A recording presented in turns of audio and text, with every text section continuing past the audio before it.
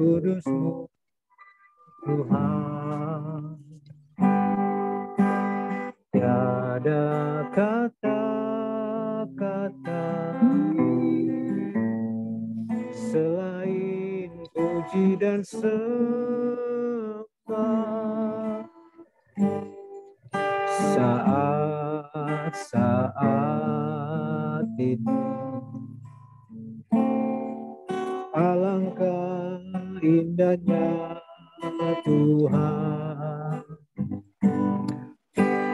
bersamamu selalu memuji dan menyembah. Engkau Tuhan pujianku, Engkau Tuhan kemuliaanmu, kekudusan-Mu penuhi tempat ini.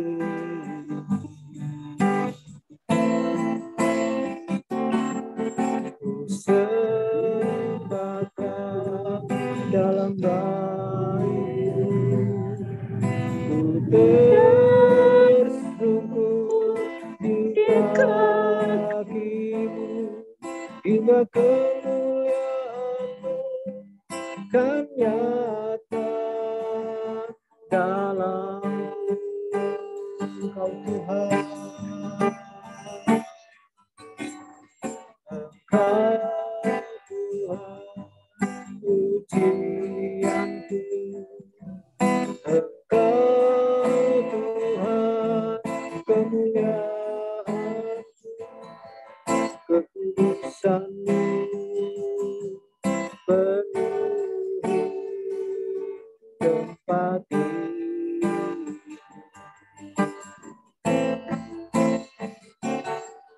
Ku sembahkan dalam baik-Mu, ku tersungkur di kaki-Mu, hingga kemuliaan-Mu kan nyata, hingga kemuliaan-Mu, hingga kemuliaan-Mu kan nyata, hingga kemuliaan-Mu, hingga kemuliaan-Mu kan nyata dalam.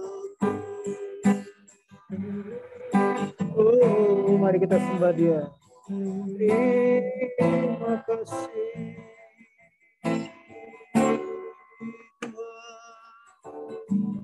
Kau sungguh baik. Terima kasih ya Pertolongan kami, Haleluya. Engkau gembala kami. Penghiburan Engkau tidak pernah meninggalkan kami.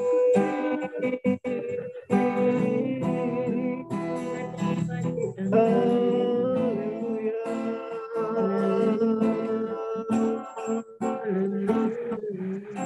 Terima kasih. Lagi untuk firman-Mu, ini Tuhan. Kami bersyukur malam hari ini Terima Bapa Tuhan kasih kami hamba kami untuk belajar firman-Mu. yang akan kami lakukan ya Bapak. Terima kasih. Mari katakan, sebab Kau besar, perbuatan-Mu ajaib, tiada seperti Engkau, tiada seperti Engkau. Sebab Kau besar, perbuatan-Mu ajaib, tiada seperti Engkau, tiada seperti Engkau, tiada seperti Engkau, tiada seperti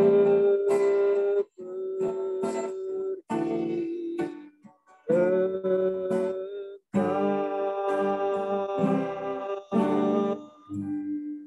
Saya mohon nanti Pak Bambang buka dalam doa.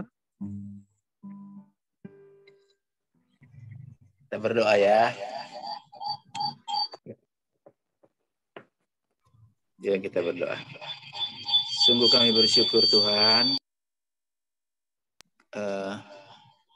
kasih kemurahan Tuhan saat ini kami boleh bersama untuk PA. Terima kasih untuk kesempatan yang Tuhan berikan di tengah-tengah kesibukan kami, keletihan, kelelahan, tapi kami masih dapat kesempatan untuk belajar firman Tuhan. Terima kasih. Menyertai hamba-Mu yang akan memimpin memandu kami dalam pujian, penyembahan, baca firman Tuhan, pimpin PA. Tuhan menyertai Pak Monas di hikmat untuk boleh memberi kepada kami semua pencerahan. Terima kasih Bapak.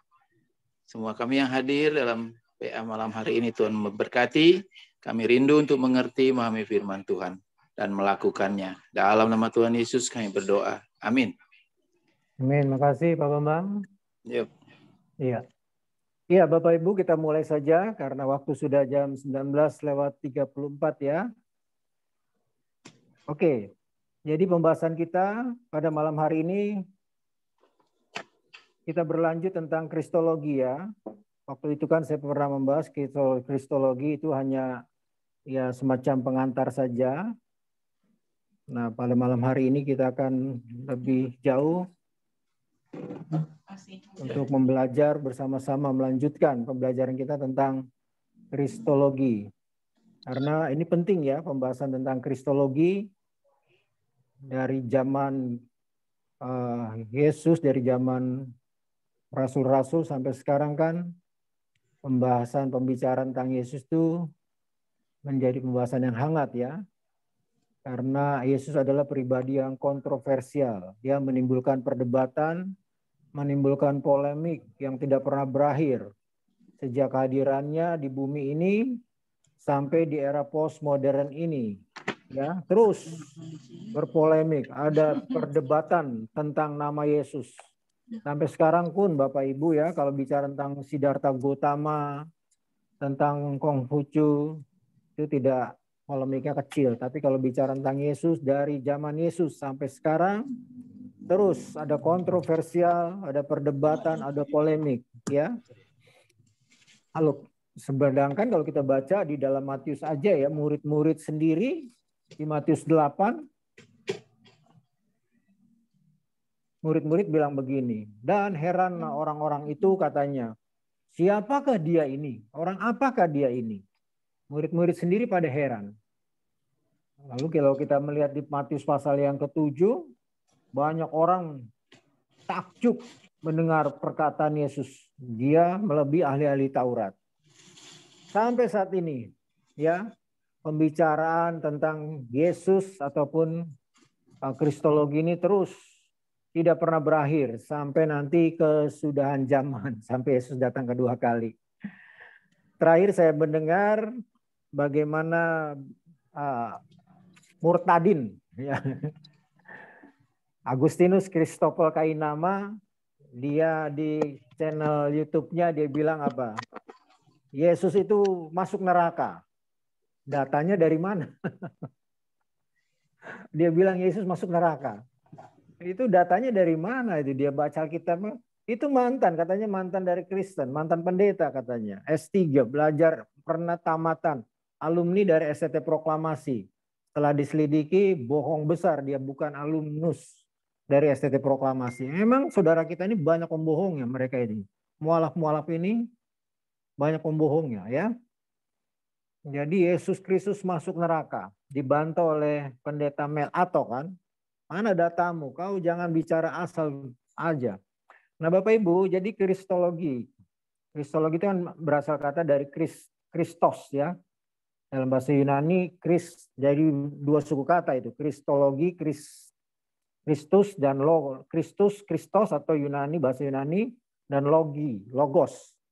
Jadi ajaran atau doktrin tentang Yesus Kristus.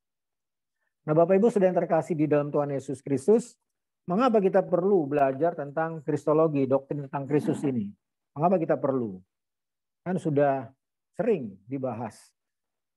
Bapak Ibu yang terkasih di dalam Tuhan Yesus Kristus, kita perlu belajar tentang doktrin tentang Kristus ini karena apa?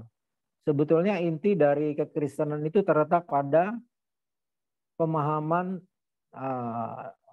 pemahaman tentang Kristus ya. Jadi inti dari kekristenan itu terletak pada Kristusnya. Kalau kita baca ya, doktrin-doktrin itu kan semua aspek dalam iman Kristen selalu berkaitan dengan Kristus.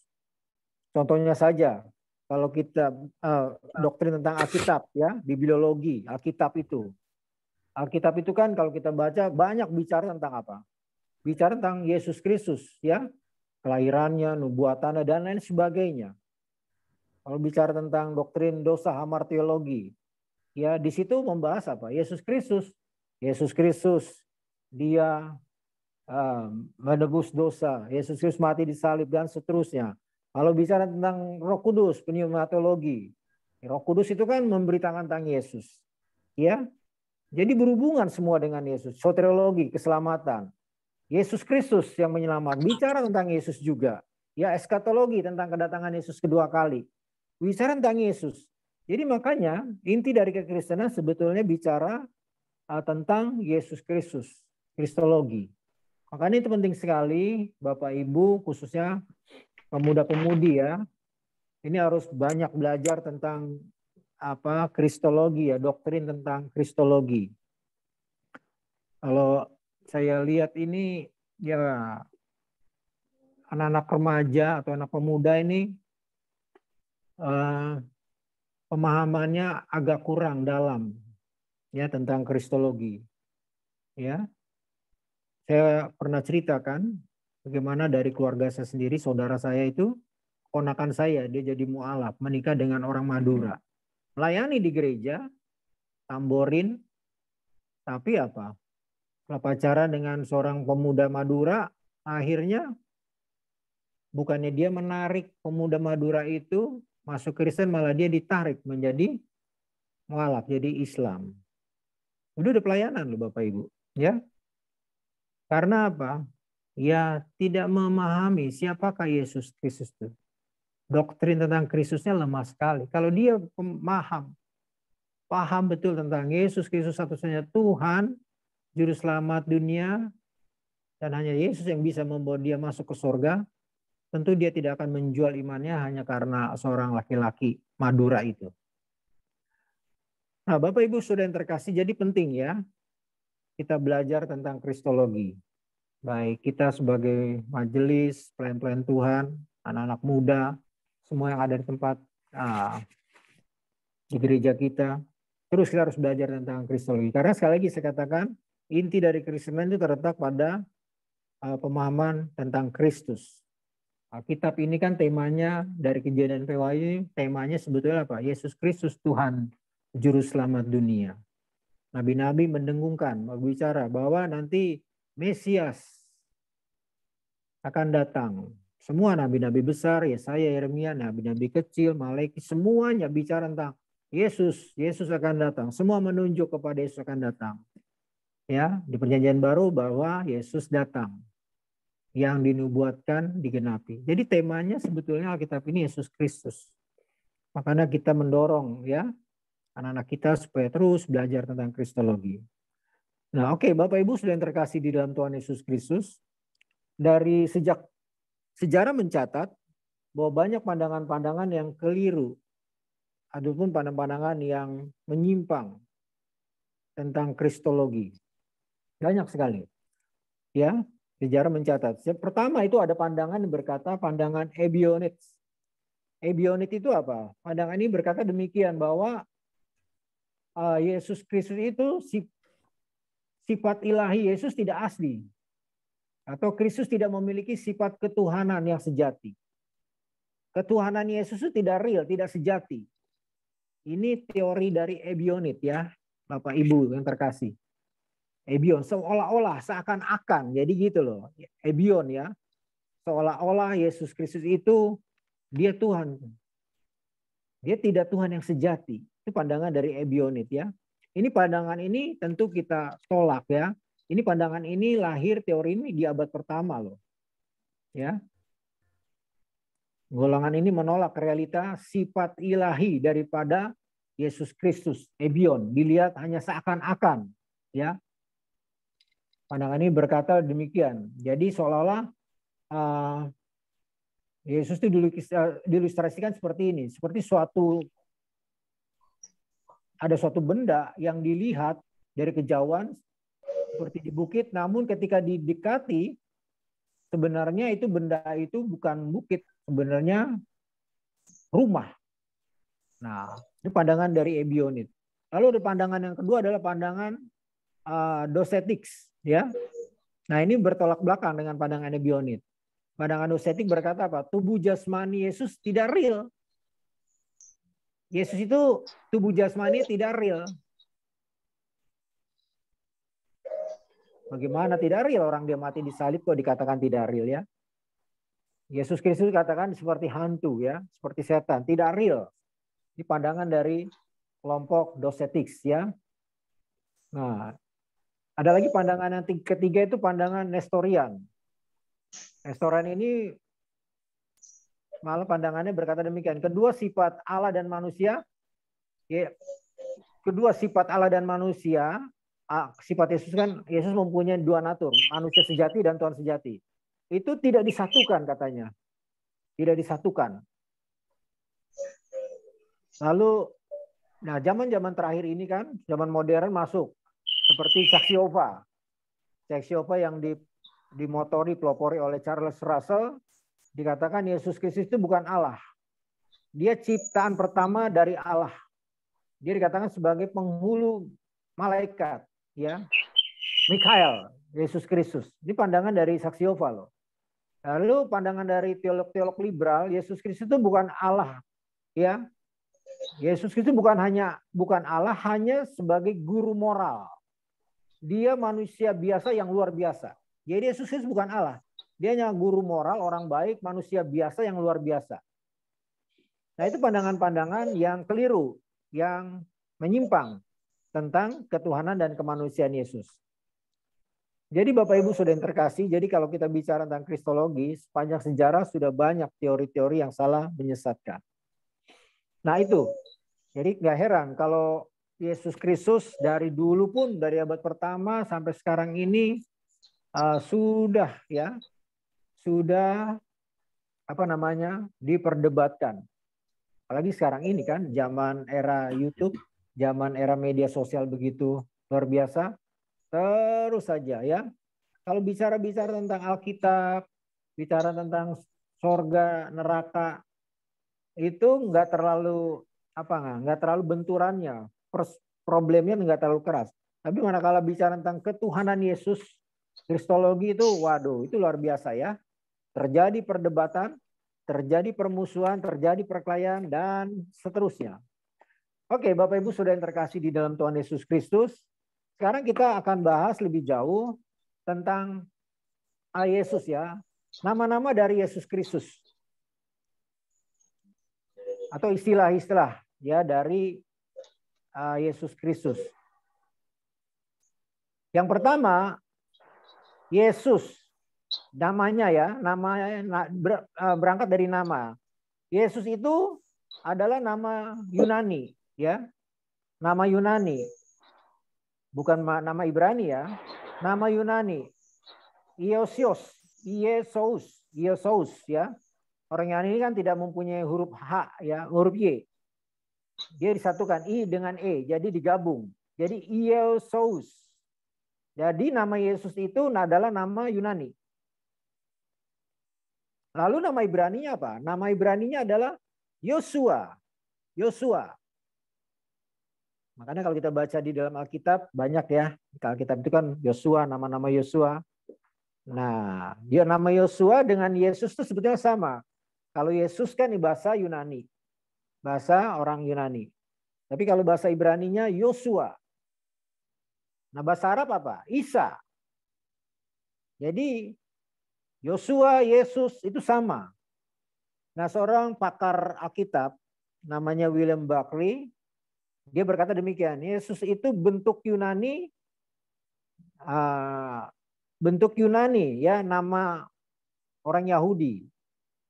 Nama orang Yahudinya adalah Yosua. Yesus Yosua. Jadi artinya apa? Artinya Jehovah yang menyelamatkan. Jadi arti nama Yesus atau Yosua itu adalah Yehova yang menyelamatkan. Menurut komentar yang lain berkata demikian, Yesus adalah bentuk Yunani dari Yesua atau Yosua. Artinya Allah adalah penolong. Jadi Bapak Ibu, nama Yesus itu berarti Yesua atau Yosua, Allah penolong, Allah penyelamat.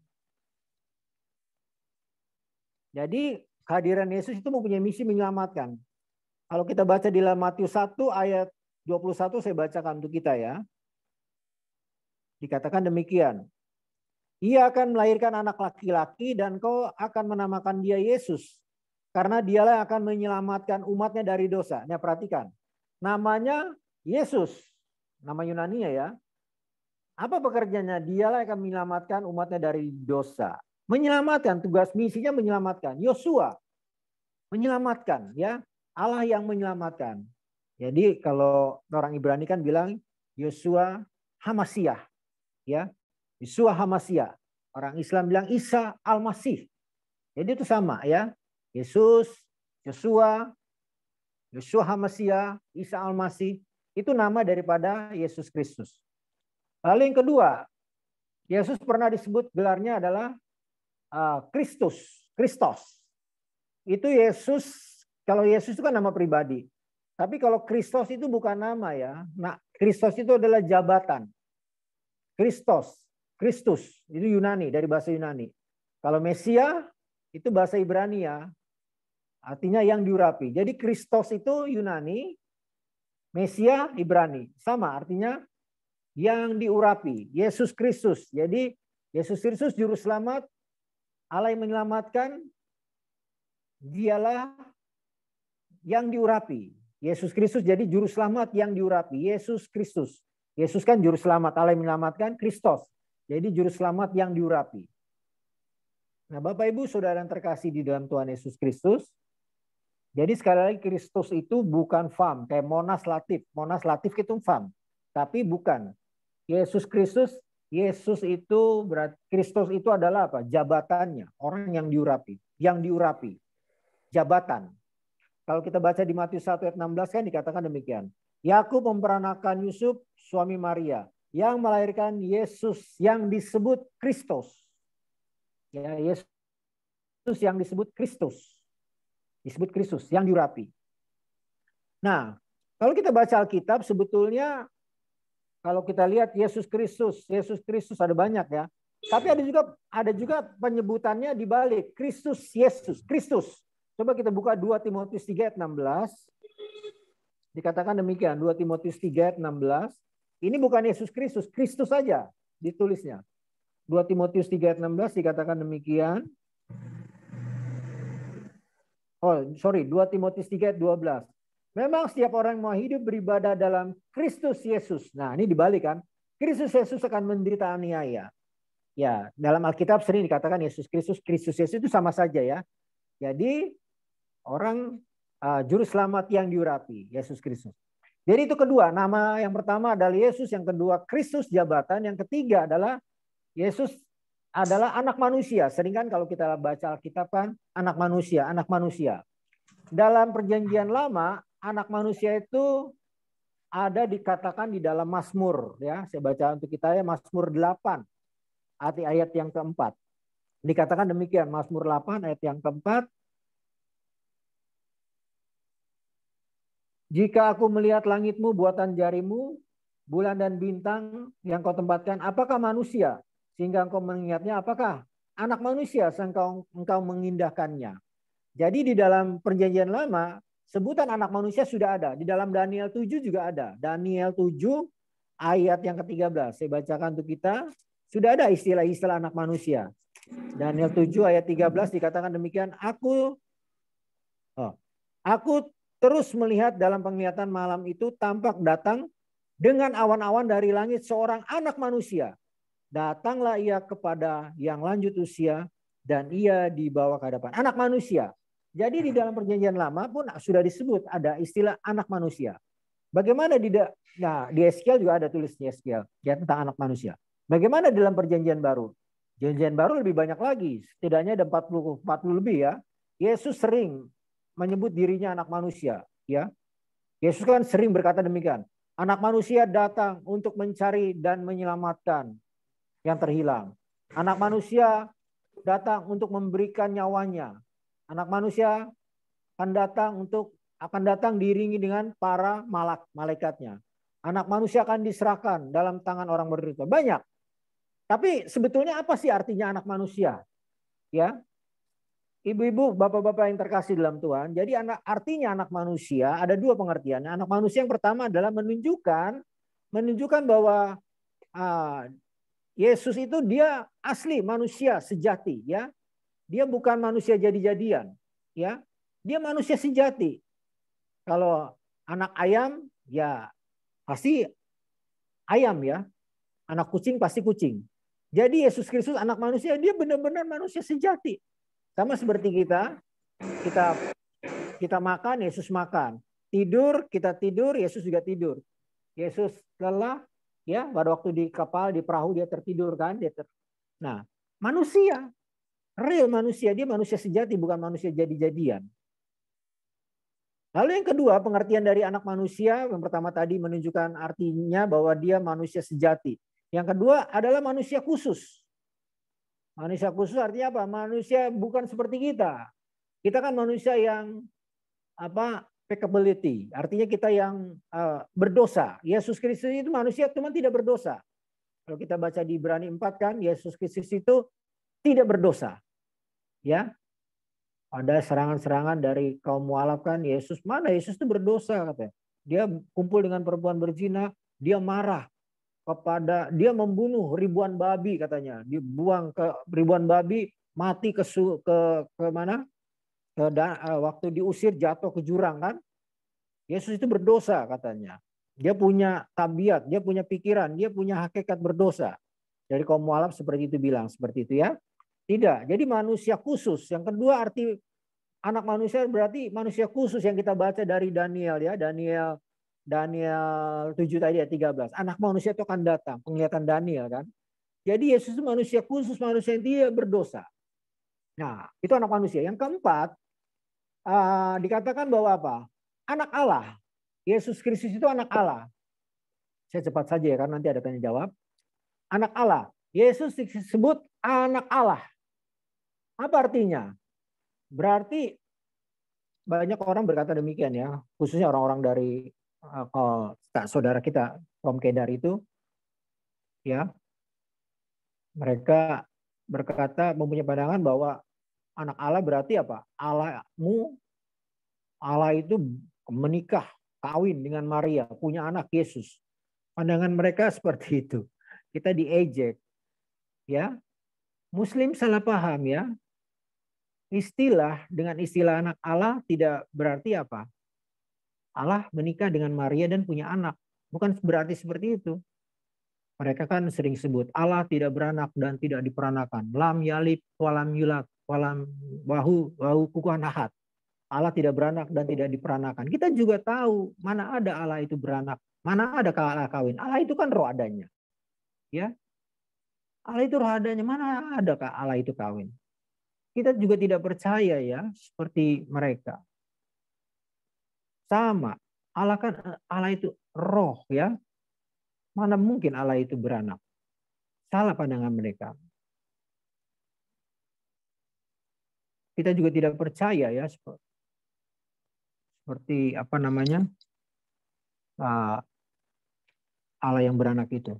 Nah, jadi begini ibu-ibu, bapak-bapak yang terkasih dalam Tuhan, saudara, anak Allah bukan dengan pengertian secara fisik atau biologis ya. Bukan seperti pengertian fisik atau biologis. Jadi apa artinya? Anak Allah berarti apa? Anak Allah dia anak manusia dia berarti sungguh-sungguh manusia. Kalau anak Allah apa? Ya dia sungguh-sungguh Allah. Kalau anak monyet, dia sungguh-sungguh monyet.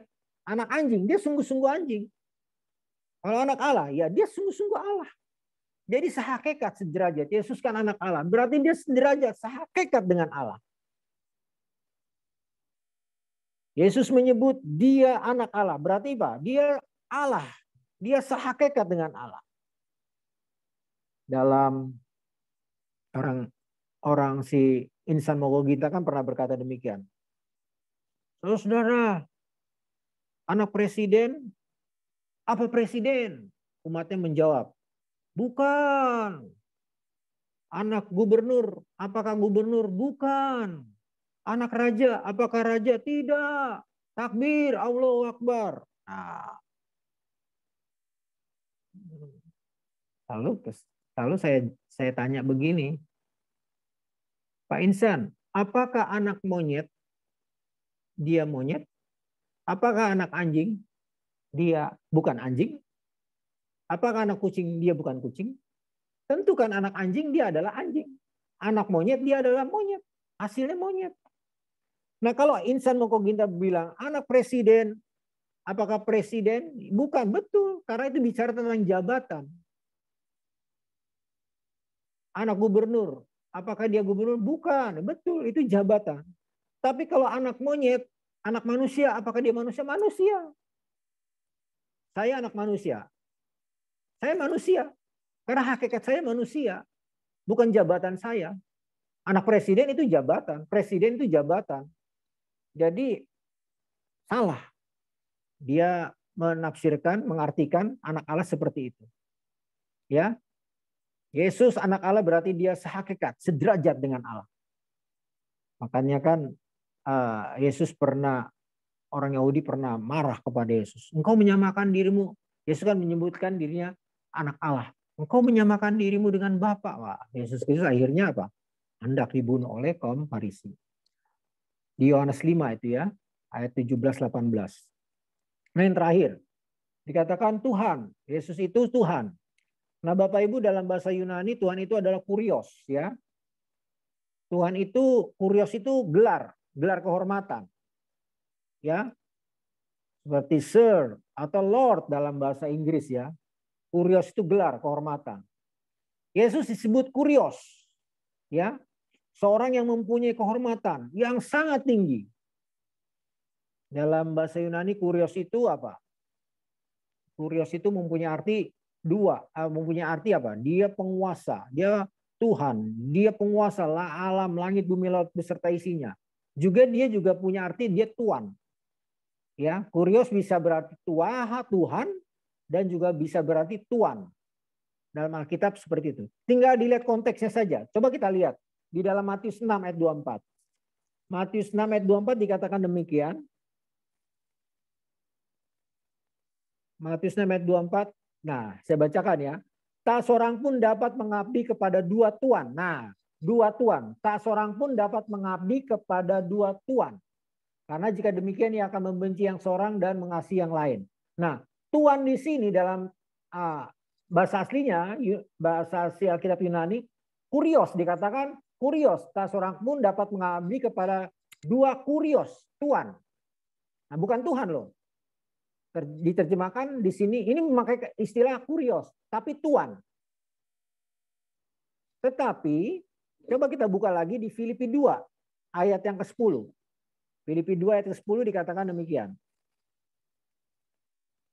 Filipi 2 ayat 10 dikatakan, supaya dalam nama Yesus bertekuk lutut segala yang ada di langit dan yang ada di atas bumi dan yang ada di bawah bumi.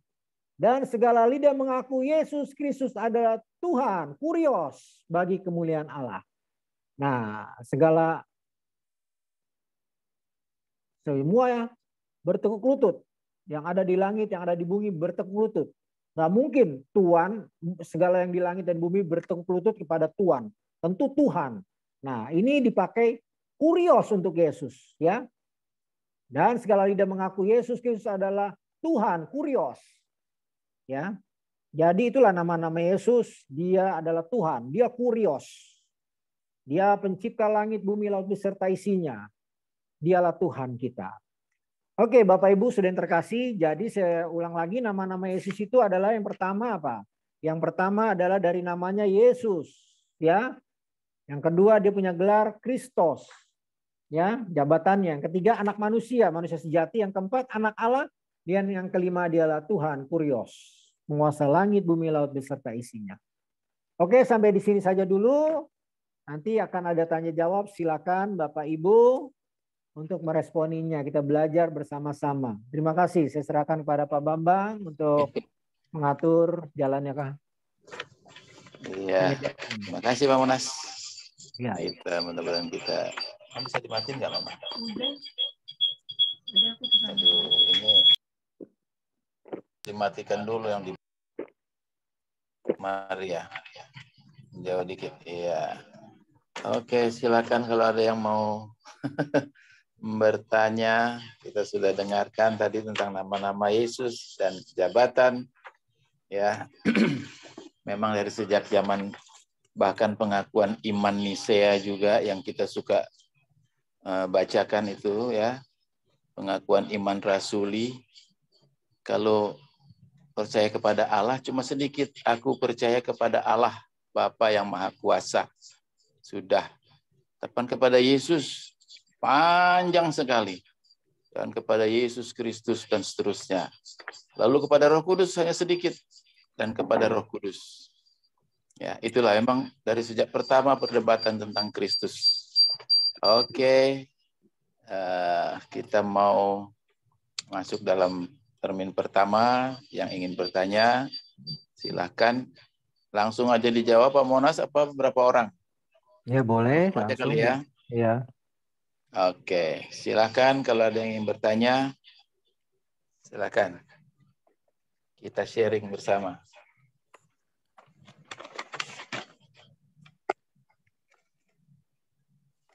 Atau ada yang ingin menambahkan? Saya nggak bisa lihat yang angkat tangan atau yang ini, langsung aja ya. Bertanya langsung aja, buka mic.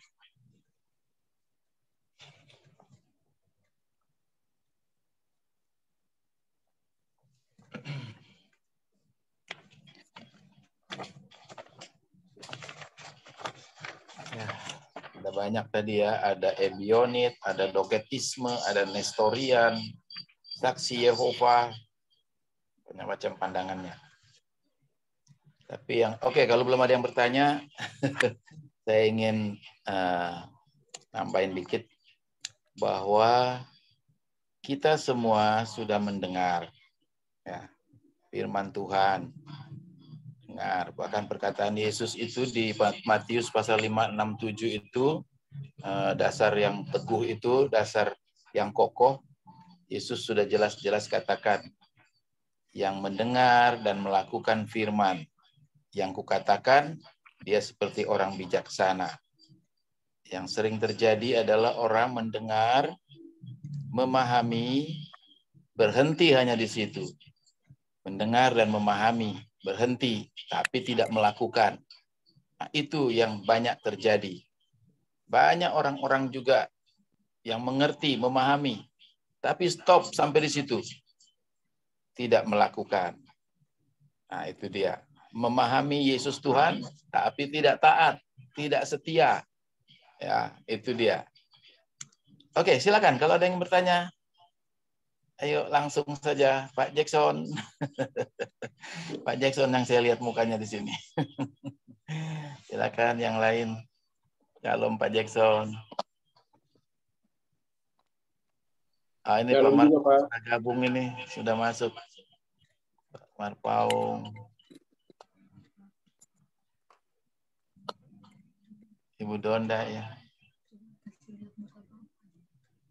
Kalau nggak ada yang nanya berarti udah jelas. Udah jelas ya. Yang jelas Pak bingung ini. Karena memang ini permasalahan dari abad pertama ini Pak.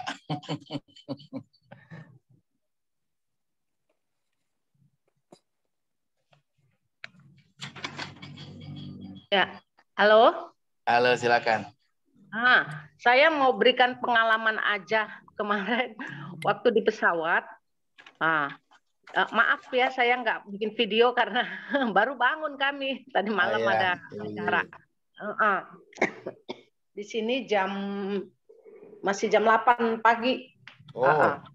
Ya, jadi gini, kami kan naik pesawatnya dari Bandara Soekarno Hatta ke ke Narita, ke apa namanya, ke Jepang. Dari Jepang nyambung ke New Jersey. Dari New Jersey nyambung lagi ke Houston. Memang melelahkan ya. Nah, waktu dari New Jersey ke Houston itu saya duduk dengan seorang nenek. Kami bertiga ya, satu barisan itu, saya, Pak Marpaung, dengan seorang nenek yang sudah 86 tahun umurnya. Nah, akhirnya ya karena itu perjalanan 3 jam. Dari New Jersey ke Houston itu 3 jam. Nah, menjelang pertengahan saya yang ngobrol lah dengan apa namanya, Inggris yang pas-pasan ya. Saya bilang I'm from Indonesia, but bahasa Inggrisku sangat sederhana. Oh no problem. Terus intinya saya tanya gini, setelah kami ngobrol-ngobrol, terus saya bilang God bless you, oh Jesus bless you, saya bilang gitu kan. No, I'm Jewish katanya. Aku Yahudi katanya. Oh, I'm sorry, aku bilang. Terus saya tanya gini, you not believe Jesus God? Kau nggak percaya bahwa Yesus itu Tuhan? No. I'm nggak percaya. Saya nggak percaya Yesus itu Tuhan. Lalu Tuhanmu siapa? Ya Tuhan saya Tuhan. Dia bilang gitu. Dia bilang bukan Yahweh, ada semacam kayak Adonai gitu ya. Oh, terus saya tanya, menurutmu siapa Yesus itu? Mesaya, saya bilang. Oh, Mesaya, saya bilang. Kalau menurutmu Mesaya itu siapa? Oh, dia nanti yang akan datang katanya. Dia nanti kalau dia datang maka kiamat semuanya katanya gitu. Nah, apa yang mau saya saksikan di sini, ternyata masih banyak orang belum percaya kepada Yesus, terutama dari tempat Yesus sendiri ya. Jangankan dari yang kita jauh di sini di Indonesia, dari asalnya saja tempat Yesus lahir masih banyak yang belum percaya kepada Yesus. Jadi sebenarnya tugas kita ini, orang percaya ini, sangat masih apa namanya, berat sekali ya. Jadi intinya disitulah bahwa masih banyak yang belum percaya bahwa Yesus itu Tuhan. Jangankan yang dari ujung-ujung bumi seperti kita ya, yang saya bilang dari asalnya sendiri, dari tempat Tuhan Yesus sendiri, masih banyak yang belum percaya kepada Tuhan Yesus. Jadi ya itulah membuat kita semakin semangat ya, supaya apa namanya, nama Yesus terus tersebar sampai dia kedatangannya akan datang cepat jika semua orang sudah mendengar tentang dia. Paling tidak mendengar ya. Kalau menerima itu urusan Tuhan. Itu aja, Pak. Ya, makasih Bu Yuli. Terima kasih. Yahudi ya, 86 tahun. Tidak mengerti, tidak memahami, bukan tidak memahami, tidak menerima. Percaya. Tidak menerima. Berarti dia sudah pernah dengar. Dia tahu. Tapi dia tidak terima. Itu dia. Jadi ya memang masih punya pemahaman masing-masing ya. Kalau kita boleh mengerti, memahami, puji Tuhan ya. Roh Kudus menerangi hati kita sehingga kita boleh beriman, percaya. Ya, itu dia. Orang-orang Yahudi, ahli Taurat, Farisi mengeraskan hati, ya inilah. Ini contoh 86 tahun. Ya. Oke. Makasih Bu Yuli. Ya, Pak. Ada yang lain? Silakan.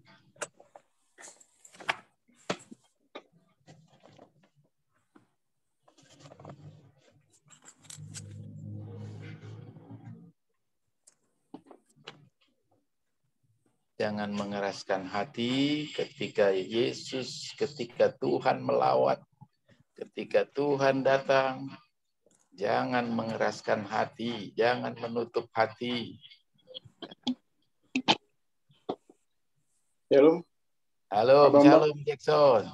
Ya, tadi saya menyimak apa yang disampaikan oleh Pak Monas mengenai yang mualaf ya. Mungkin ya bukan apa namanya, gimana ya, bahasanya tidak cukup, karena seperti saudaranya yang jadi beralih mualaf, kata Pak Monas tadi kan, karena kurang memahami Yesus gitu, pengenalan Yesus. Tetapi saya mungkin menambahkan mungkin tidak mengalami Yesus gitu dalam firman-Nya gitu. Jadi pengalaman itu belum ada mungkin di dalam kehidupannya. Jadi dia tidak hanya mengerti. Dia hanya, menurut saya sih ya seperti itu, Pak. Mungkin nanti coba di kalau memang kurang coba diluruskan, Pak ya. Nah, itu jadi apakah dia mungkin sudah belum bertobat, mengalami lahir baru gitu. Sehingga dia tidak mengalami Yesus itu di dalam hidupnya, menghidupi firman Tuhan itu di dalam hidupnya. Jadi tidak cukup hanya memahami, tidak cukup hanya mengerti siapa Yesus, tetapi yaitu mengalami. Itu yang pertama. Yang kedua, ini memang mengenai Tritunggal ini kan sesuatu yang menjadi sebuah pembahasan yang mungkin apalagi jemaat kita ini jemaat ya, di mana antara Yesus di dalam keberadaannya sebagai manusia, Pak Monas kan bilang tadi kan seutuhnya sebagai Yahweh ya, Yahweh, YHWH, apa itu ya. Seandainya di dalam keberadaannya sebagai manusia, dia adalah Yahweh itu, dia disalib, padahal Yahweh itu kan kalau di ayat berapa, di mana ayat itu dikatakan bahwa Allah itu roh gitu. Nah, jadi di sini yang menjadi pertanyaan, menurut saya ada sebuah perbedaan antara Yesus di dalam keberadaannya sebagai manusia dan Allah yang adalah roh itu adalah sesuatu yang berbeda. Makanya saya coba memperhatikan tulisan-tulisan di dalam Alkitab itu, Yesus di dalam keberadaannya manusia itu, dia akan selalu ditulis TUHAN kecil. Tetapi kalau berbicara mengenai Allah itu, Allah yang adalah roh sepenuhnya, tulisannya itu semuanya besar. Jadi coba mungkin dijelaskan kembali Pak Monas. Tetapi ke Petrus juga, Petrus siapa ya? Yang dikatakan bahwa di dalam keberadaanku, ya aku adalah Bapa, kamu sudah melihat Bapa. Coba mungkin tolong diperjelas lagi Pak Monas, kira-kira perbedaan ini bagaimana Pak? Antara Yesus di dalam keberadaannya sebagai manusia dan Allah yang adalah roh adanya gitu. Kalau seandainya ini disamakan di dalam penyaliban, apakah roh itu mati? Nah, ini yang menjadi sebuah pertanyaan yang saya ajukan, Pak. Terima kasih. Iya, kasih Pak Jackson. Jelas ya pertanyaannya Pak Jackson ya. Yesus sebagai manusia dan roh Allah itu katanya ya. Dalam keberadaannya. Oke, mungkin Pak Monas bisa langsung dijawab itu. Ada 2 pertanyaan tadi, Pak. Ya. Yang mengenai mu'alaf itu. Ya, mu'alaf karena tidak mengalami. Dia hanya mengerti dan memahami, tapi tidak mengalami bersama apakah Yesus. Seperti itu, saya sampaikan kembali ke Pak Monas. Oke, silakan Pak Monas. Halo Pak Monas, kedengaran suara saya? Sorry. Halo Pak Monas. Tes ya kedengaran.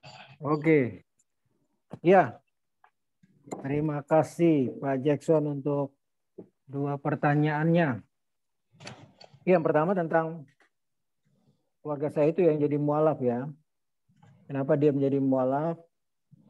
Apakah dia sudah mengenal, memahami, mengerti Yesus Kristus Tuhan, satu-satunya juru selamat? Saya percaya dia sudah mengerti, memahami karena suka ketemu saya bicara tentang Yesus dan dia paham benar bahwa Yesus satu-satunya juru selamat dunia ya. Nah, tapi persoalannya kan kenapa? Pertanyaan gitu kan. Kenapa dia menjadi mualaf gitu.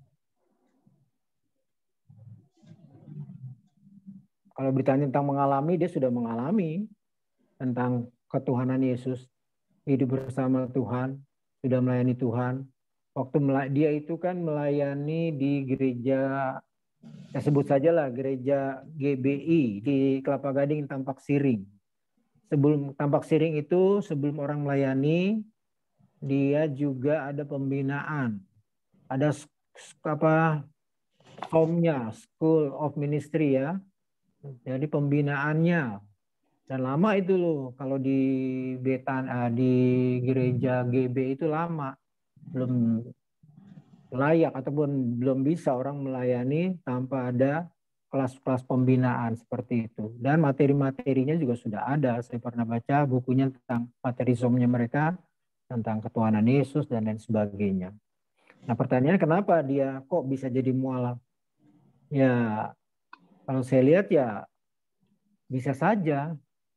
Karena kan kalau kita baca bagaimana murid Tuhan Yesus Kristus itu, Demas meninggalkan Paulus kan. Demas meninggalkan Paulus karena dia tertarik dengan dunia ini. Kalau kita baca di 1 Yohanes juga kan, dunia, keinginan mata, keinginan daging bisa membuat orang berubah, ya. Bisa membuat orang berubah dari keyakinannya. Kalau kita baca juga banyak ya. Nah, ada banyak orang-orang seperti itu. Dia tertarik dengan keinginan daging dunia. Dan juga jangan pernah lupa bahwa ada ilah-ilah roh zaman ini. Di 2 Korintus itu kan yang terus berperang untuk menggoda, mencobai sehingga anak-anak Tuhan boleh beralih iman. Nah seperti itu. Jadi dia bisa beralih imannya karena pengaruh dunia, pengaruh roh jahat seperti itu. Kalau knowledge, pengetahuan tentang Yesus, saya percaya dia tahu tentang Yesus karena udah mengalami pembinaan. Ya, pengetahuan tentang Alkitab, ya siapakah Yesus, dia Tuhan, juru selamat, dia tahu. Nah, seperti itu. Nah, jadi kelihatannya, kalau saya lihat ini, kelihatannya hal sarkikos, kedagingan, keduniawiannya yang membuat dia meninggalkan imannya. Ya. Ya mungkin juga dia belum terlalu matang lah di dalam pengenalan akan Kristus. Sehingga dia lebih tertarik dengan pacarnya itu. Itu yang pertama. Yang kedua bagaimana? Coba disimpulkan aja, diringkas. Pak Monas, coba mungkin dari pertanyaan pertama itu, berarti menurut pemahaman dari Pak Monas, berarti doktrin sekali selamat tetap selamat itu tidak berlaku kalau bisa seperti itu gitu Pak.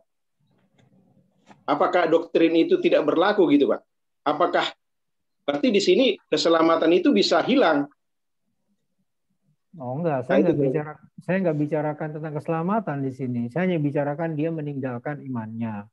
Saya nggak tahu apakah dia karena dia kan dibentuk di gereja GBI ya. Ya, bukan di kita. Jadi kayak nggak tahu warna teologianya, doktrinnya mereka bagaimana. Ya, kalau pandangan kita kan sekali selamat tetap selamat ya. Kalau mereka kita nggak tahu doktrin dari GBI seperti itu, sehingga dia bisa meninggalkan Kristus seperti itu. Mungkin dia, ya itulah saya nggak tahu ya doktrin tentang pemahaman keselamatan. Ya, jadi kita kembali lagi, kita nggak bicara keselamatan, hanya dia lebih mencintai dunia daripada Yesus gitu. Itu aja.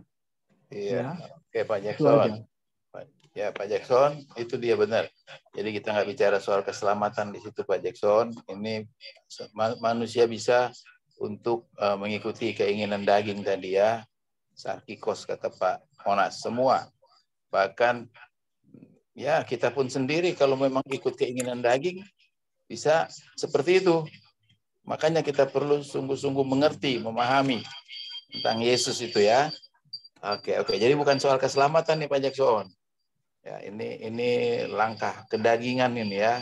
Beda itu, nanti pelajaran keselamatan nanti lagi. Kayaknya nggak masuk, bukan itu yang kita bicarakan. Ya. Oke, itu untuk jawaban pertama cukup Pak Jackson ya. Jadi bukan keselamatan. Jadi yang kedua ini soal tadi keberadaan Yesus sebagai roh dan sebagai manusia, sebagai Allah. Mungkin itu bisa dijawab Pak Monas. Iya. Yesus itu kan dia kan Yesus Tuhan sejati dan manusia sejati. Jadi keberadaannya sebelum dia berinkarnasi, dia Tuhan, ya. Dia Tuhan, ya, yang esa, Bapa, Putra, dan Roh Kudus, ketiganya yang esa. Dia Tuhan. Makanya dalam peristiwa penciptaan, kalau kita baca di Kejadian, baiklah kita itu kan jamak. Jadi siapa kita itu? Yaitulah Bapa, Putra, dan Roh Kudus. Yesus juga terlibat dalam penciptaan.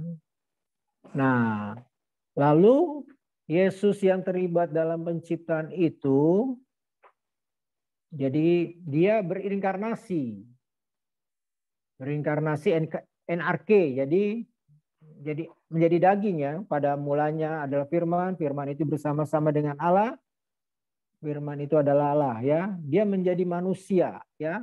Firman logos ya. Kalau bicara logos itu kan firman ya. Dia firman yang menciptakan langit bumi laut pada perjanjian lama itu, dia menjadi manusia, yaitu Yesus Kristus. Ya. Nah, sekarang Yesus Kristus yang di dalam perjanjian baru itu, dia menjadi manusia. Apakah dia bukan Tuhan? Dia manusia sejati dan juga dia Tuhan sejati. Nah, dalam diri Yesus ya mempunyai ketuhanannya, sifat ketuhanan dan sifat kemanusiaan. Nah, sifat ketuhanannya itu dibuktikan dengan apa? Dia berkata, "Hai anakku, dosamu telah diampuni." Dia buat mujizat dan lain sebagainya.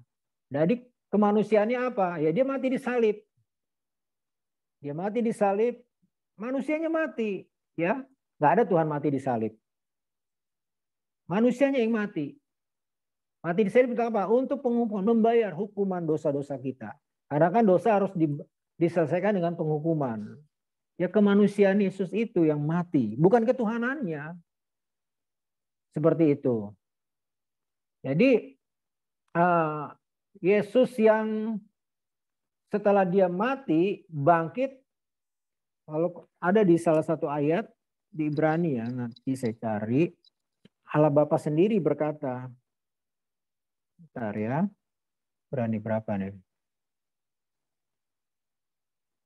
Tahtamu ya Allah, mana nih ntar?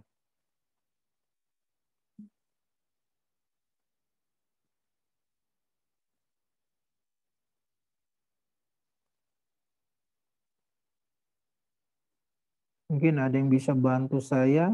Jadi Allah berkata, tahtamu ya Allah. Jadi Yesus Kristus sebut Allah sendiri, Allah Bapa berkata demikian.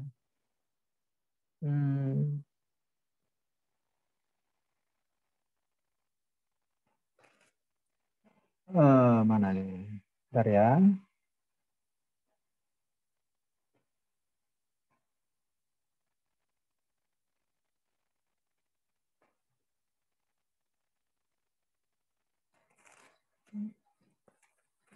Cari nggak dapet nih. Oke, itu dulu deh dari saya. Mungkin ada yang bisa melengkapi, Pak John atau yang lain, silakan. Nanti saya cari ayatnya dulu. Oke, Pak Monas, nanti sambil dicari Pak Monas ya. Oke, kan ada yang ingin menambahkan? Silakan. Halo, Pak Bambang. Ya. Silakan Pak Marpaung. Ya, bahwa tadi ada perkataan seorang yang pertanyaan yang bermain-main itu atau yang meninggalkan Yesus itu dikatakan di dalam 1 Korintus 12 ayat 3c dikatakan begini. Karena itu aku mau meyakinkan kamu bahwa tidak ada seorang pun yang berkata-kata oleh Roh Allah dapat berkata, "Kutuklah Yesus," dan tidak ada seorang pun yang dapat mengaku Yesus pakai headset bisa buka. Oh gitu. Nah, dan tidak ada seorang pun yang dapat mengaku Yesus adalah Tuhan selain oleh Roh Kudus. Jadi seseorang itu menerima Yesus sebagai Tuhan dan Juru Selamatnya itu memang dilihat dari waktu, dilihat dari kesungguhan dan apa buah yang dilakukan. Karena banyak orang yang mengaku Yesus tapi hanya sampai di mulut, hanya sampai di pengetahuan, tidak menerima dengan sungguh-sungguh. Tetapi tadi yang berkata bahwa ketika dia meninggal atau katakanlah tidak percaya, berarti memang dari sejak semula, sama seperti yang dikatakan di dalam Roma 8 ayat 28 itu. Roma 8 ayat 29 dikatakan, sebab semua orang yang dipilihnya dari semula, mereka juga ditentukannya dan semua dari semula untuk menjadi serupa dengan gambaran anaknya. Artinya bahwa memang ada konsep pemilihan di situ. Konsep pemilihan tadi yang disampaikan oleh Pak Jackson itu bukan hilang, bukan hilang. Tetapi ada orang yang mengkamuflase seolah-olah dia masuk di dalam suatu komunitas orang-orang percaya, tetapi dengan tujuan atau dengan maksud yang tidak jelas, tidak baik. Tidak hanya mengambil keuntungan secara pribadi. Kira-kira itu yang dapat disampaikan untuk tadi pertanyaannya. Dan dari sejak semula itu dikatakan untuk ditentukan di ayat Roma 8 ayat 29 itu menyatakan memang pilihan itu sudah nyata. Serupa dengan gambaran anaknya supaya anaknya itu menjadi yang sulung di antara banyak saudara, dan mereka yang ditentukannya dari semula, mereka itu juga yang dipanggilnya, dan mereka yang dipanggilnya, mereka itu juga yang dibenarkannya, dan mereka yang dibenarkannya itu mereka juga yang dimuliakan. Jadi panggilan itu atau pilihan sejak sebelum dunia dijadikan itu bagi setiap orang kita, bagi kita saat ini berdiskusi adalah sesuatu yang sangat luar biasa. Dan kalau kita kembali tadi ke ke 1 Korintus itu, jika bukan Roh Kudus, maka tidak ada seorang pun yang dapat menyatakan aku percaya Yesus.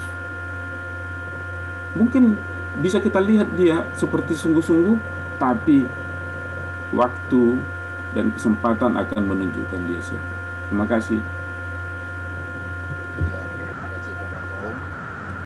Ya, itu ada pertambahan dari Pak Marpaung, jika bukan oleh Roh Kudus, tidak mungkin seorang menyebut Yesus adalah Tuhan. Oke. Pak Monas sudah ditambahin dari Pak Marpaung tadi. Gimana Pak Jackson, sudah cukup? Itu pilihan, konsep yang disampaikan Pak Marpaung tadi, konsep pilihan ya. Orang dipilih. Siapa tahu nanti yang mualaf itu kembali lagi dia. Kalau memang dipilih Tuhan akan kembali lagi dia, Pak Jackson. Ya. Oke, Pak Jackson. Halo, kedengaran suara saya? Pak Jackson. Aduh. Pak Jackson, kedengaran suara saya? Halo. Halo Pak Monas, kedengaran suara saya? Dengar. Oh ya. Makasih. Silakan Pak. Siapa lagi yang mau bertanya? Pak Jackson sudah cukup? Sudah dulu, Pak. Sudah dulu. Iya, giliran yang lain ya. Tadi Pak Marpaung kasih konsep pilihan itu. Kalau memang dipilih, ya akan selamanya dipilih. Itu ya, itu dia. Roma 8 ayat 29. Semua yang dipilih dari semula. Oke. Dia bisa seperti itu Pak mualaf itu ya. Tapi kita nggak tahu sampai akhirnya. Kalau memang dia dipilih, dia akan kembali lagi. Ya Pak Jackson. Halo. Yang lain. Yang lain silakan. Yang lain, Pak. Ya. Halo, silakan yang lain. Ini sudah jam 20.33, setengah 9 ya. Kita selesai jam 9 ya. Ayo, silakan yang lain.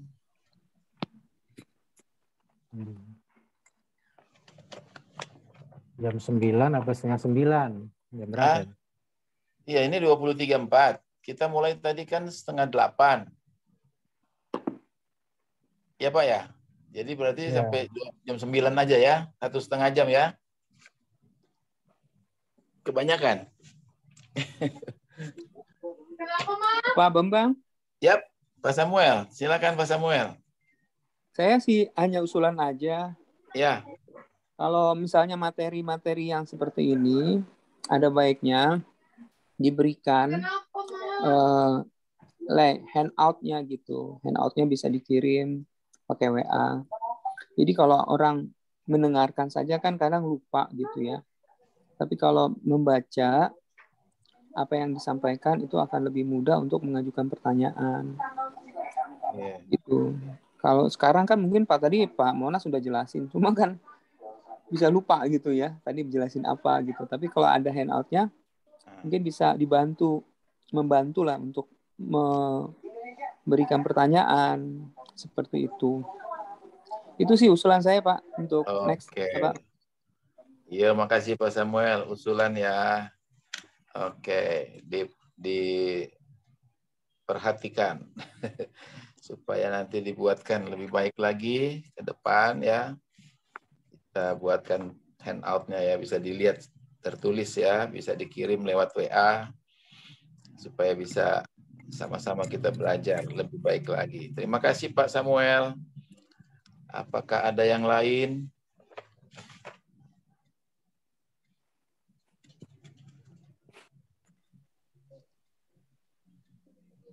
Kita sudah mendengar. Mudah-mudahan kita mau mengerti. Kalau belum mengerti, minta Roh Kudus. Tadi kan kata Pak Marpaung ya. Bukan oleh Roh Kudus susah orang menyebut Yesus adalah Tuhan. Ya, 1 Korintus tadi ya. Kita bersyukur kalau kita boleh mengerti, memahami, menerima itu. Ya, berarti Roh Kudus yang menjelaskan, mengilhamkan, mengajar, ya, sehingga kita bisa memahami. Karena kalau bukan Roh Kudus, sulit untuk kita memahami itu.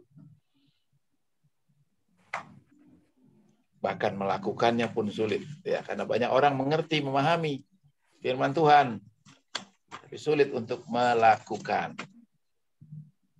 Yang sulit melakukannya ya. Oke, silakan ada lagi. Bu Rita. Ada Bu Rita nih, Bu Donda.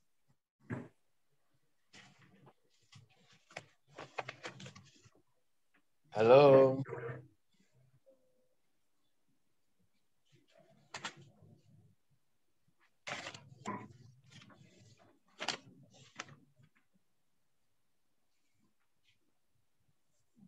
Makanya sulit ya, orang-orang luar itu ya, di luar iman Kristen itu sulit untuk menerima konsep ini ya. Konsep ini sulit sekali ya, Yesus Kristologi ini sulit ya. Bapak-bapak gereja pun menjabarkannya, merumuskannya ya. Itu bahkan gara-gara iman. Halo, ada yang ingin bertanya? Sulit ya, karena itu panjang lebar. Pada Yesus Kristus, anaknya yang tunggal, lahir dari anak darah Maria, terus iman rasuli itu kan, menjelaskan Yesus itu panjang lebar. Kristologi itu. Karena memang ya satu-satunya pernah datang ke dunia. Ya. Allah yang menjadi manusia. Itu memang konsepnya, waduh. Makanya harus kita mengerti, pahami itu ya.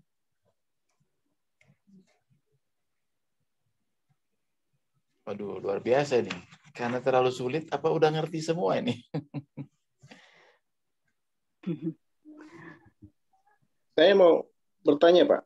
apa yang Boleh, silakan, disampaikan oleh, karena nggak ada yang bertanya, saya mencoba menahan diri.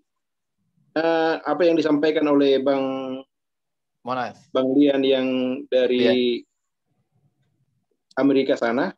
Amin. Amin. Iya. Salam, Pak. Ya. Tadi kan dibilangkan dipilih dari awal, sejak semula.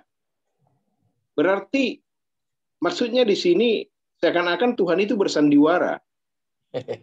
Berarti udah ada orang-orang pilihan, orang-orang tertentu yang akan terpilih. Jadi maksudnya di sini orang-orang yang dipilih sejak awal itu, ya ini beda konteksnya dengan, karena nggak ada yang bertanya di kristologi. Saya coba nanya di situ, mau mengenai dipilih sejak awal itu, Pak. Karena mungkin kan ada konteks di dalam secara teologi kan berbeda kadang kan apa yang kita baca. Mungkin ini aja pertanyaan saya. Dipilih sejak awal itu maksudnya seperti apa kira-kira, Pak? Apakah kita ini ada yang nggak dipilih sejak awal gitu, Pak? Walaupun kita udah pelayanan ini contohnya gitu. Jangan-jangan ada yang lepas lagi kan? Betul sekali Pak Jackson. Ya kan kita boleh sharing ya. Cuma emang ini kan ini keluar dari konteks kita ya, dari kristologi ya. Karena berat kristologinya. Iya, benar. Oke. Mungkin saya boleh tanya lagi ke Pak Monas ini. Boleh nggak itu ke sana keluar dari konteks kita, Pak Monas? Halo Pak Monas. Wah, nggak dijawab ya Pak Monas. Dengar nggak suara saya? Ya, Pak. Itu pembahasan soteriologi, keselamatan. Nanti panjang ini. Bisa lamaan ya, Pak ya? Lama itu. Ya. Itu session khusus itu, Pak Jack. Itu pasti nanti khusus. Ada rame nanti, bisa rame. Panjang. Iya, Pak Jackson. Nanti datang ke secret kita ngobrol ya. Mungkin Pak Bambang saya bisa menghubungkan ya. Oke Pak Samuel, ya terima kasih. Dengan kristologi dengan pertanyaan Pak Jackson itu. Karena konteks kita kristologi itu ada di dalam Efesus 1 ayat 4. Iya. Sebab di dalam Dia, nah kata Dia ini adalah Yesus. Sebab di dalam Yesus Allah telah memilih kita sebelum dunia dijadikan. Nah ini tadi pertanyaannya kan, sebelum dunia dijadikan, Dia telah memilih, Allah telah memilih kita di dalam Yesus. Nah, karena konteksnya kristologi berarti di dalam Kristus kita sudah dipilih sebelum dunia dijadikan. Nah itu secara harfiah ya, pengakuan keyakinan dari Paulus bahwa dia orang yang sudah dipilih sebelum dunia dijadikan. Jadi memang kalau bicara soal yakinkah kita dipilih atau tidak sebelum dunia dijadikan, itu memang bicara soal pengalaman pribadi orang itu. Ya, karena Paulus dia sudah melewati masa-masa hidup yang sedemikian rupa, ya, yang tadinya adalah pembenci Mesias malah menjadi pengikut Mesias. Nah, dari pengalaman itulah dia yakin mengatakan bahwa dia sudah dipilih. Ya, sudah dipilih. Jadi kalau bicara soal pemilihan memang sifatnya subjektif. Kita nggak bisa mengatakan si A belum dipilih, si B udah dipilih gitu. Kita nggak tahu siapa yang dipilih dan siapa yang nggak dipilih, siapa yang dipilih. Itu pengalaman pribadi masing-masing. Kita nggak bisa jadi hakim atas orang lain untuk itu. Karena kita bisa aja bilang orang hari ini tadi kayak contohnya Pak Monas, hari ini dia boleh percaya, dia boleh melayani Tuhan, ya sampai tahu nanti dia malah murtad, ya kan, malah meninggalkan Tuhan. Nah, ada pendeta-pendeta seperti itu kan, ada yang pindah kepercayaan, ada yang bunuh diri, ada yang berbagai macam. Jadi kita tidak bisa melihat orang itu hari ini bahwa dia dipilih atau tidak. Ya ditentukan oleh akhir Makanya Paulus bilang, aku sudah berlari sampai hampir garis finish gitu. Amin. Ya. Dan aku dibilang sudah mau selesai tugasnya. Nah, di situ baru ketahuan orang itu memang sudah dipilih atau enggak. Ya. Kalau di awal mah orang sekarang banyak yang bisa lah memakai kata-kata klise, ya, kata-kata agama, kata-kata rohani, puji Tuhan, gitu kan banyak kayak gitu. Haleluya. Tapi sebetulnya serigala gitu ya. Melayani, bersaksi, besok dia jadi jadi penista agama gitu ya, menjelek-jelekan Tuhan. Makanya kita melihat orang lain itu dipilih atau tidak pilih itu tidak bisa kasat mata. Itu memang pengalaman rohani. Ya, pengalaman pribadi masing-masing. Amin. Namun yang pasti firman Tuhan bilang di dalam Kristus sebelum dunia dijadikan kita dipilih. Nah, inilah yang diaminkan oleh kita. Ya, diaminkan. Menjadi pengalaman kita juga gitu. Ya, itulah kira-kira Pak. Terima kasih Bapak Bang. Oke, Pak Samuel, terima kasih. Langsung dapat jawaban tepat itu ya, Pak Jackson. Terima kasih. Karena dari tadi nggak ada yang nanya. Coba, nanti kalau ada yang mau nanya silakan ya. Masih ada 15 menit kita sebelum kita akhiri. Tapi ini jawaban yang pas sekali nih. Ayat yang tepat sekali dari Pak Samuel untuk Pak Jackson ya. Untuk kita semua. Untuk kita semua. Di dalam Dia ya. Oke, sebab di dalam Dia sejak ketika pada saat manakala kita ya di dalam Dia, tetap di dalam Dia, tidak keluar dari Dia, berarti kita dipilih Allah. Kita dipilih. Kalau kita tetap di dalam Dia, dalam Yesus, ya, itu jelas sekali itu kata-katanya. Sebab di dalam Dia. Kalau kita tidak keluar dari Dia, kalau kita tetap di dalam Dia, kalau kita terus selama-lamanya di dalam Dia, berarti kita dipilih. Jelas di situ. Di dalam Dia. Ketika keluar dari Dia, ya itu jelas juga bahwa tidak dipilih. Ya itu ya.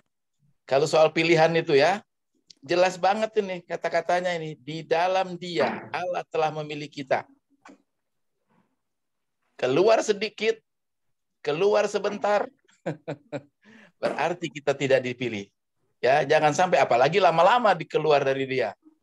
Ya, jelas ini kata-katanya jelas banget ini. Sebab di dalam Dia Allah telah memilih kita. Ya. Di dalam Dia, selama kita di dalam Dia, kita adalah pilihan Allah. Bagaimana Bapak Ibu Saudara? Karena nggak ada yang nanya ya, jadi inilah ayat yang kita bahas. Oke, kembali kepada kristologi ya, itu tadi ya, nama-nama Yesus, ilmu tentang Kristus, apa tadi logos itu kristologi ya, pemahaman tentang Kristus. Nah, inilah di dalam Dia kita pasti dipilih. Selama kita di dalam Dia, selama kita menempatkan diri di dalam Dia, kita pasti pilihan Allah. Waduh, mantap banget ya. Tapi kayaknya itu ayatnya seperti itu. Coba ya. Itu yang saya bisa tambahkan. Pak Monas bagaimana? Mau ya, Pak Bambang. Ya Pak Ratu Eda, Pak Gembala Sidang, silakan. Ya, sangat menarik untuk kita pahami konsep kristologi dan soteriologi. Ketika kita bicara tentang Kristus, mau tidak mau pasti bicara tentang keselamatan. Karena kristologi dan soteriologi itu bagaikan dua sisi mata uang yang tidak bisa terpisahkan. Jadi ketika kita bicara kristologi, maka dia pasti bergandengan dengan soteriologi.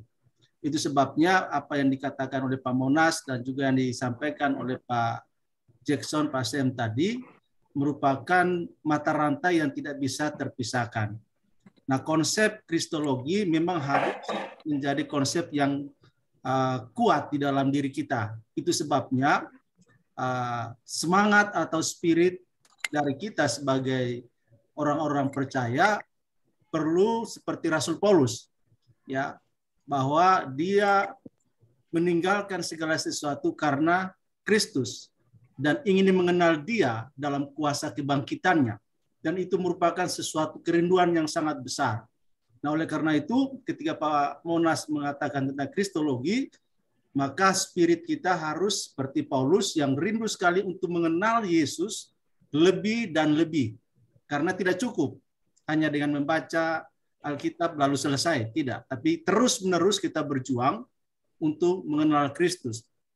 Nah, soal konsep pemilihan, predestinasi, yang disampaikan Pak Sem tadi dalam Efesus pasal 1 ayat 3, 4 dan seterusnya, maka di sana Paulus dalam pimpinan Roh Kudus menggunakan kata yang sangat penting, ya, yaitu kata kita.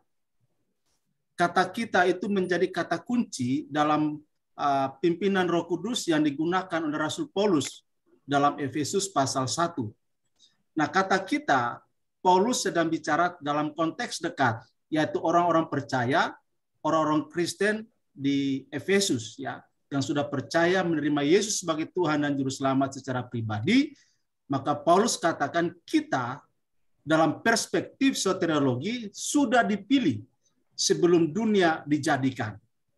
Dan ketika kita membaca dalam konteks jauh, lalu kita memahami Paulus dalam pimpinan Roh Kudus menggunakan kata kita, maka kita dalam konteks jauh terhisap dalam apa yang dikatakan oleh Rasul Paulus, bahwa benar saya dipilih oleh Allah sebelum dunia dijadikan. Apa buktinya? Allah mengaruniakan Roh Kudus, memampukan saya untuk menerima kebenaran tentang Kristus dan karyanya sebagai ya dan amin. Itu sebabnya kita percaya menerima Yesus sebagai Tuhan dan Juru Selamat secara pribadi, bukan karena pengetahuan kita, kemampuan kita, tetapi karya Roh Kudus yang disampaikan oleh Pak Merpaung tadi, bahwa karya Roh Kuduslah itu di dalam kita yang memungkinkan kita bisa menerima Yesus sebagai Tuhan dan Juru Selamat secara pribadi, dan kita terhisap dalam apa yang dikatakan oleh Paulus bahwa Allah telah memilih kita sebelum dunia dijadikan. Dan ini satu teologi soteriologi yang sangat kuat sekali yang tidak bisa dibantah. Nah, tadi Pak Jackson katakan, kalau begitu Allah ini main-main dong. Kayak kamuflase. Karena ada yang dipilih, ada yang tidak dipilih. Paulus sendiri menjawab itu dalam teks 1 Korintus, ya. Dalam teks 1 Korintus, Paulus katakan begini, sebagai jawaban atas apa yang dikatakan oleh Pak Jackson tadi. Bahwa Allah itu tidak main-main, Allah sangat serius. Paulus katakan begini dalam 2 Korintus 4, ayat 3 dan ayat yang keempat. Jika Injil yang kami beritakan masih tertutup juga, maka ia tertutup untuk mereka yang akan binasa, yaitu orang-orang yang tidak percaya, yang pikirannya telah dibutakan oleh ilah zaman ini, sehingga mereka tidak melihat cahaya Injil tentang kemuliaan Kristus yang adalah gambaran Allah. Jadi Paulus mengkonter cara berpikir orang-orang pada saat itu bahwa Allah main-main dengan keselamatan yang dia bikin. Kok mana keadilannya? Kok ada yang dipilih, ada yang diselamatkan, ada yang tidak? Paulus katakan bahwa konteks pemberitaan Injil, kalau sampai ada yang tidak mau terima Injil, maka Paulus katakan bahwa orang-orang itu ada memang orang-orang yang ditentukan untuk binasa. Itu jelas. Jadi dalam pemahaman ini maka bukan Allah yang disalahkan, atau bukan Allah yang main-main, atau bukan Allah yang kamuflase. Tidak. Tapi memang orang-orang itu yang tidak mau menerima pemberitaan Injil yang disampaikan oleh Paulus maupun yang disampaikan oleh kita pada masa kini.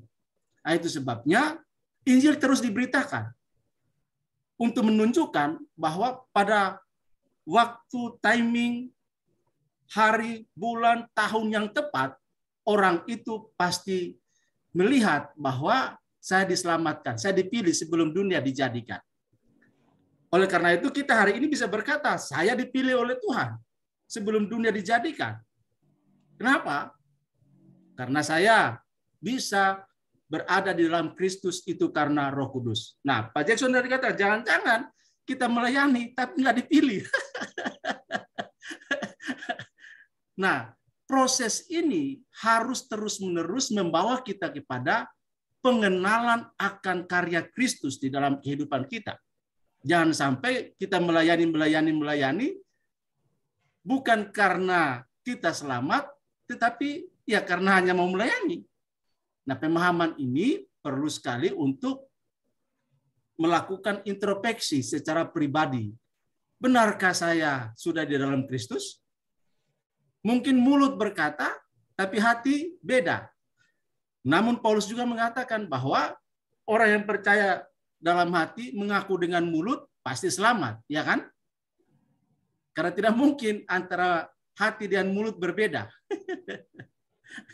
Ya kan? Nah, oleh karena itu pembelajaran tentang kristologi dan soteriologi menjadi titik tumpu kita untuk semakin mengenal diri kita dan semakin mengenal Kristus, Sang Mesias Juru Selamat kita, sehingga terkoneksi, ya, connecting with Jesus.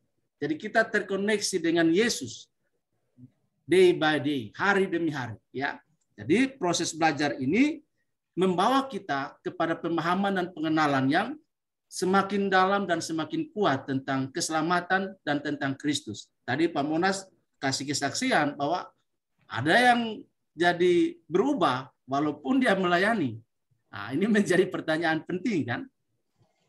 Seperti itu. Ada yang meninggalkan Yesus, jangankan ada juga yang sudah percaya Yesus, bersaksi sana kemari, dipakai di sana sini. Akhirnya kembali lagi ke yang lama. Ya kan? Tadi Pak Sem juga singgung, ada juga pendeta yang bunuh diri. Kenapa bisa begitu? Maka kita akan melihat bahwa ini sebuah misteri yang tidak bisa kita hitam putih. Ya, tidak bisa kita bilang hitam putih tentang orang lain, ya. Tetapi Paulus ingin mengajak kita untuk melihat bahwa benar kita sudah di dalam Kristus Yesus. Jadi saya pikir ini menjadi amunisi pemacu semangat kita. Apa yang disampaikan oleh Pak Monas, terima kasih untuk kristologi yang begitu indah bagi kita. Lalu dalam kaitannya tadi masih ada jawab pertanyaan Pak Jackson soal Yesus mati. Allah itu roh. Bagaimana? Jadi ini memang panjang kata Pak Monas, tapi saya mau katakan bahwa kematian Yesus dengan kematian orang pada umumnya sangat berbeda.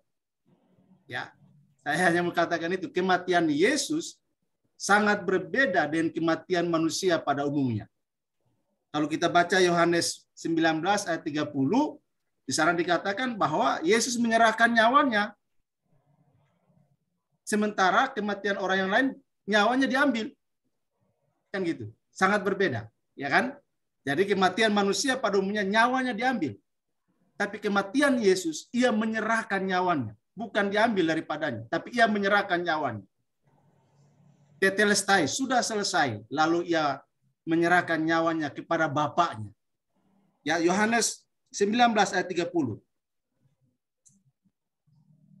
Ini sangat penting supaya jangan sampai konsep kita tentang kematian Yesus sama dengan kematian orang pada umumnya.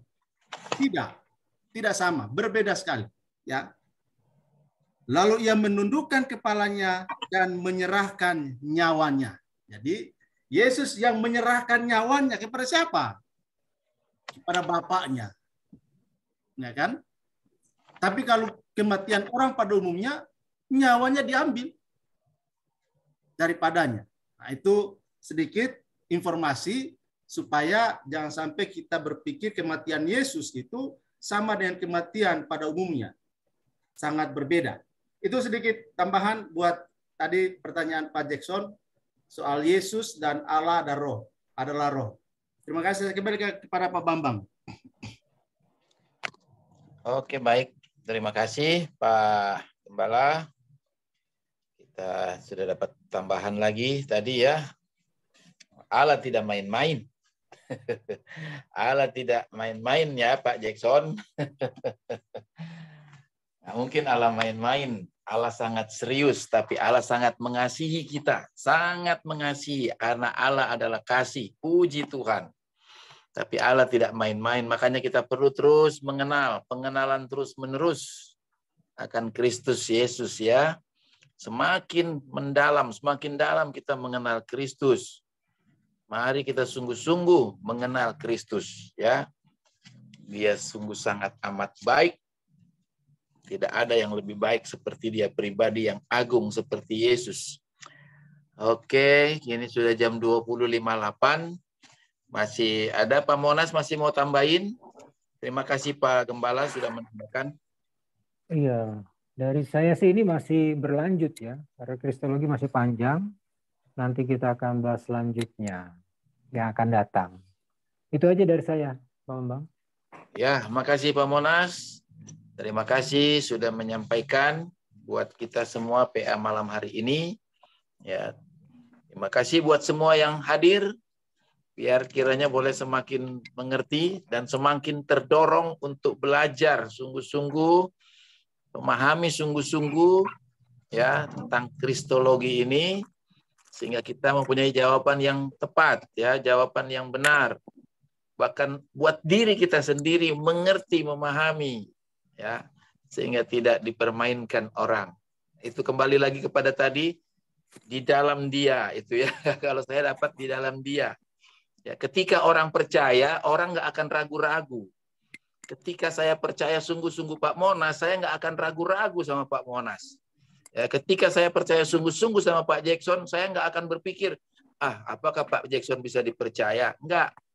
Ketika saya percaya pada Pak Jackson, nggak mungkin saya ragu-ragu. Tapi ketika saya mulai ragu-ragu, berarti saya hilang percaya saya kepada Pak Jackson. Begitu ya. Itu logikanya. Ketika kita sungguh-sungguh di dalam Tuhan, nggak mungkin kita tinggalkan Tuhan. Ketika sungguh-sungguh di dalam Dia, kita bisa memahami bahwa kita pilihan Tuhan. Oke, nanti bersambung kata Pak Monas. Mungkin malam hari ini cukup sampai di sini. Ya, ada yang mau ditambahkan lagi dari Pak Gembala? Cukup Pak Gembala? Cukup Pak Bambang. Cukup. Oke. Kalau begitu kita tutup, nanti minta Pak. Atau ada Pak Monas ada satu lagu nanti ditutup oleh Pak Jackson. Minta tolong Pak Jackson tutup doa dalam doa ya untuk pertemuan kita ya. Tapi sebelumnya tanya Pak Monas dulu, ada pujian nggak Pak Monas? Ayo nyanyi satu lagu ya. Ayo satu lagu nanti ditutup Pak Jackson ya. Terima kasih.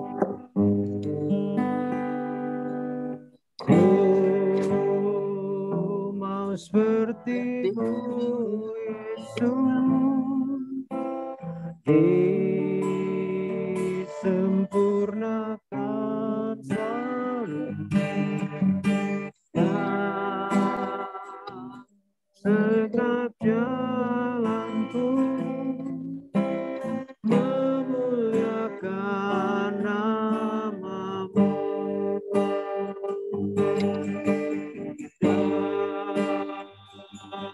Setiap jalanku